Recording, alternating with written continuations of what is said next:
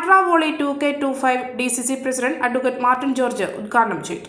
പൊടിപാറുന്ന പോരാട്ടവുമായി Sebastian J Poothettu cultural centre മാട്രയുടെ മാട്ര വോളിക്ക് തുടക്കമായി. പ്രത്യേകം സജ്ജമാക്കിയ ഫ്ലഡ് സ്റ്റേഡിയത്തിൽ ഫെബ്രുവരി 17 മുതൽ 21 വരെയാണ് മത്സരം. തിങ്കളാഴ്ച നടന്ന ഉദ്ഘാടന സമ്മേളനത്തിൽ tournament coordinator Robin Joseph P സ്വാഗതം പറഞ്ഞു. Program committee chairman Mathew Pulikkattu അധ്യക്ഷനായി. DCC president advocate Martin George ഉദ്ഘാടന കർമ്മം നിർവഹിച്ചു. ഇത്തരമൊരു വോളിബോൾ മത്സരം ഇവിടെ നടത്താൻ വേണ്ടി തീരുമാനിച്ചു.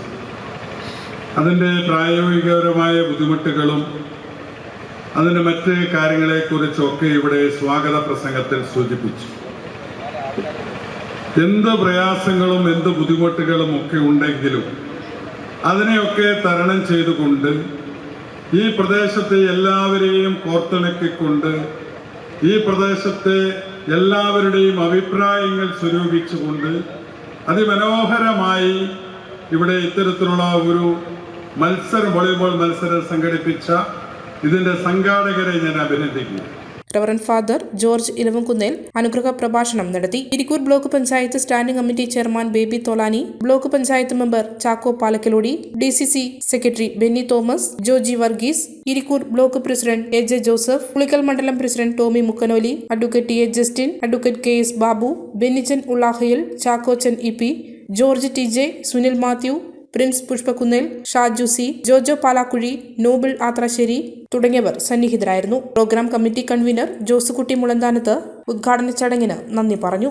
ആദ്യ ദിനമായ തിങ്കളാഴ്ച നടന്ന മത്സരത്തിൽ സായി കോഴിക്കോടിനെ പരാജയപ്പെടുത്തിക്കൊണ്ട് HRDS India sports academy Alakode ജേതാവായി. ചൊവ്വാഴ്ച രാത്രി 7 മണിക്ക് SN കോളേജ് ചേളന്നൂരും സെന്റ് ജോർജ് കോളേജ് അരുവിത്തറയും തമ്മിൽ ഏറ്റുമുട്ടും. മലയോരത്തിന്റെ സ്വന്തം പ്രാദേശിക ചാനൽ A Channel.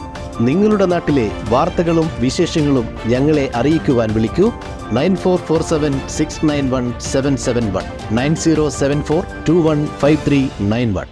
നിങ്ങളുടെ നാട്ടിലെ വാർത്തകളും വിശേഷങ്ങളും ഞൊടിയിടയിൽ അറിയുവാൻ ഏജനറ്റ് ന്യൂസ് ചാനൽ സബ്സ്ക്രൈബ് ചെയ്യൂ.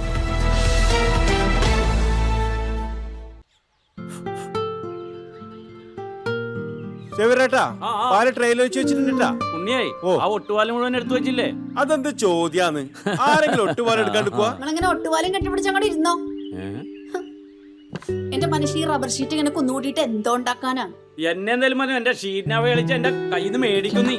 അത് കറക്റ്റ്. ഉള്ള സമയത്ത് ഇതൊക്കെ ഒന്ന് തൂക്കി വിട്ടിട്ട് കാശൊന്നും കൊണ്ടെത്താ മനുഷ്യ. MS ഗോൾഡ് പോയി കുറച്ച് സ്വർണ്ണം വാങ്ങട്ടെ. അത് യോറിന് എന്ത് ഇതിന്റെയൊക്കെ വില എപ്പോഴാ കുത്തിനെ വീഴുന്ന ആർക്കറിയാം മനുഷ്യ. സിസിലി ആ പറഞ്ഞത് നേരാണ്. റബ്ബർ ഷീറ്റിന്റെ വില സ്ഥായിയല്ല, എപ്പോ വേണമെങ്കിലും താഴേക്ക് പോകാം. പക്ഷെ സ്വർണത്തിന്റെ വില അങ്ങനെയല്ല, അത് റോക്കറ്റ് പോലെ കുതിച്ചുകൊണ്ടിരിക്കുകയാണ്. അങ്ങനെ പറഞ്ഞു കൊടുക്കും മാഷേ. മാത്രവുമല്ല MS ഗോൾഡിന്റെ സ്വർണ്ണ സമ്പാദ്യ പദ്ധതിയിൽ പണിക്കൂലിയുമില്ല.